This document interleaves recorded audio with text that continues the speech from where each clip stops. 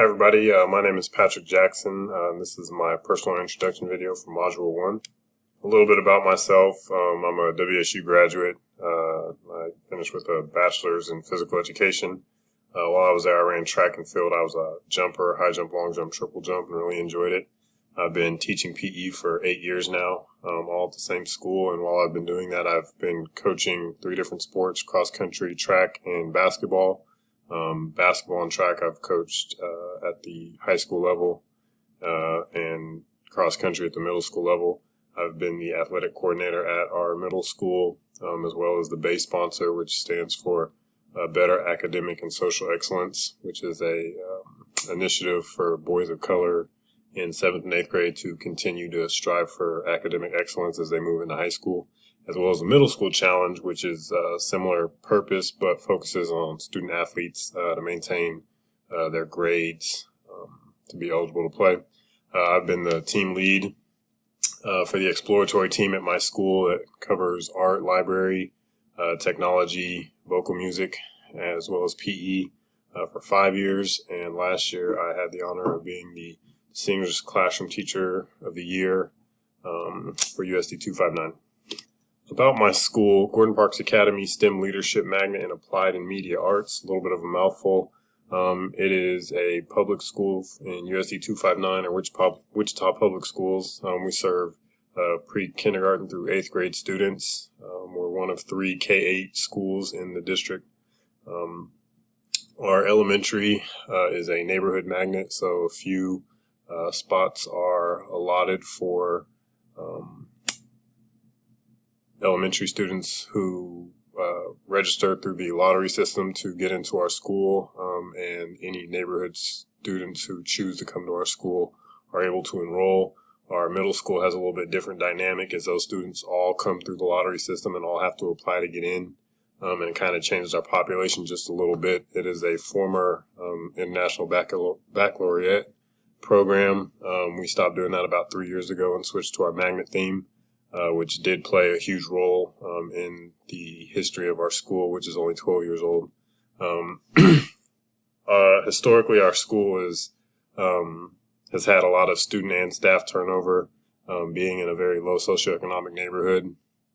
Our population is about 90% African American, and about 95% of our families qualify for free and reduced lunches, and some of the not only housing situations in the neighborhood force families to move at a pretty rapid pace, but also in the past we've had an issue with behaviors in some cases, and it's caused quite a bit of staff turnover.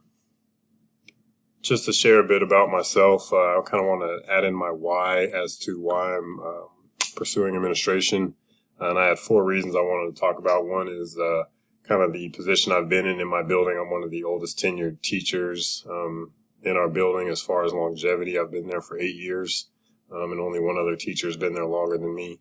And I've developed into kind of a continuous support for a lot of my peers who come to me for advice or different reasons. And I really like being in that role of being supportive of them. I really want to affect positive change, not just in my own building, but across the district. I'm always looking for different ways to incorporate the community.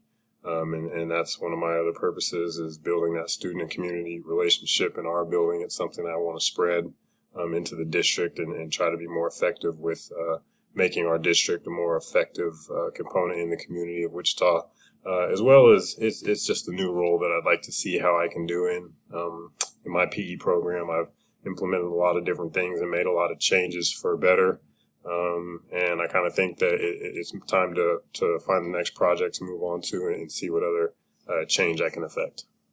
The importance of the vision and mission statement, I combined responses to a few of those questions into one slide, but to kind of define a simple version of vision statement, I think it describes what future success looks like for your program and your school. And another simple definition for a mission statement kind of defines the who, what, and how of your program and your school. And those two kind of go hand in hand with each other and complement one another. If it's implemented and communicated well, it really provides purpose for your program and your school in the community. provides an identity for who you are and what you're trying to achieve, as well as it really builds value for the people who are a part of your building in the form of staff and stakeholders. Looking at how vision and missions work together, again, keeping it simple, the vision statement kind of provides a picture of where you want your school to be and what success is going to look like for you and your programs.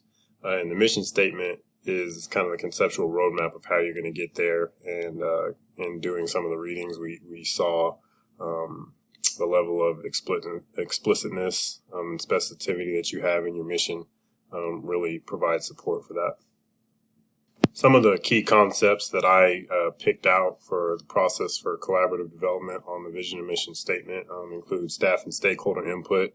I like the idea of utilizing surveys and doing needs assessments to figure out what it is that needs to be done to have an effective vision and mission statement that are really going to take hold in the school and in the community and build a positive learning environment.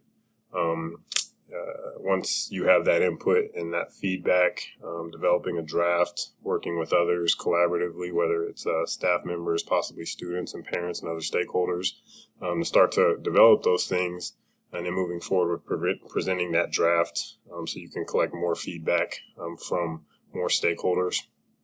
Once you finalize that statement, proposing that to the school and stakeholders, and then giving it time to work and see what kind of feedback you get through promoting it with your staff and your families, as well as promoting fidelity to it and encouraging people to kind of live by your mission statement. Developing an actionable statement or actionable statements. I kind of looked at this as somebody who's coming in as a new building leader and possibly looking to create change, or somebody who's been utilizing an old statement and looking to make improvements on that.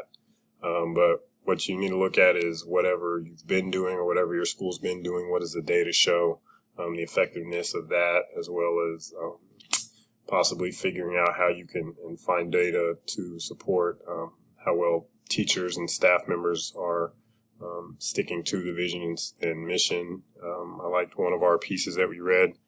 Gave us a challenge for how well do you know your vision and mission, kind of challenging your staff to see how well they know it.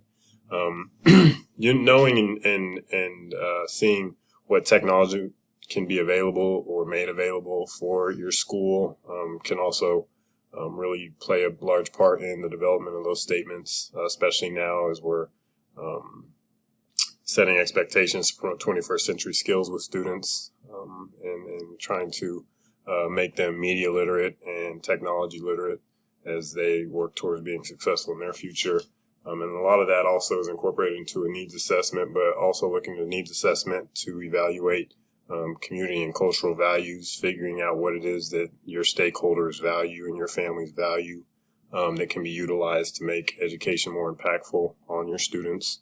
Also taking into account demographics. Like I said, my school itself is 90% African American, and that plays quite a big role in a lot of the stuff that we do because we do end up catering to that vast majority of our population, as well as knowing your student population that is students with special needs and how they can be accommodated, and all of this being put together in developing a effective and proficient educational environment for students to be successful. When looking at effective versus ineffective statements, as we look at effective statements, I put simply an effective statement is something that's unique to your building. It really kind of shows your character of where you want to be and how you're going to get there. That's based around the needs of your community and how you're gonna propel your students to being successful. It needs to be meaningful not only to you as a building leader, it needs to be meaningful to your staff, to the community, and in large part to stakeholders and students. It needs to be developed collaboratively in order to be effective, and it needs to be actionable. It has to be something you can actually put into place, which kind of is the opposite as we look at ineffective, where we see broad and general statements that are just being made to look good on paper, but aren't necessarily actionable or show your own individual identity as a school.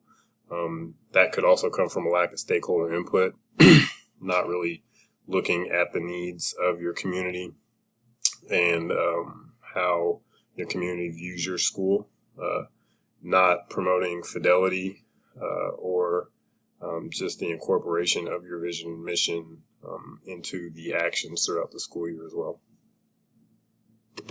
Looking at my experience with vision and mission statements, I've got my own school vision and mission up here, which I was at the school when we changed it to these two to align with our new magnet theme, and recently working with our new administration to evaluate the effectiveness of it, seeing if it really aligns. And as we look at it, it does incorporate quite a bit of what we look to do with our STEM leadership and applied and media arts status. But I have to say that in the early development of this, my own downfall and critiquing myself, we see that in a lot of cases, some of this is those general broad statements that we may have put together to make us look good as we changed our magnet status from IB. And the vision statement and mission statement, I think, do align pretty well. If I were to make any changes, I think I would incorporate some of the things that we actually do to promote our STEM leadership instead of just saying utilizing rigorous educational experiences. I'd probably mention our use of media arts and digital arts to really incorporate our magnet status into everything that we do and how we utilize journalism. To really reinforce ELA standards, how we use graphic design to really enforce math standards and utilization. I think putting some more things like that are a little bit more specific to what we do would help make it be a little bit more meaningful. So I think in effect, doing things like that would paint a better picture for our community of what it is that we do at our school, because since we've changed to our magnet theme, I'm not sure that people quite know what it is that we do. I think they're slowly finding out and it's taking effect, but it could be more impactful if this was more visual, displayed more often, possibly have some wording changes and presented to the public a little bit more effectively. So thank you for watching my presentation, and I hope to get to know you guys throughout the rest of this course.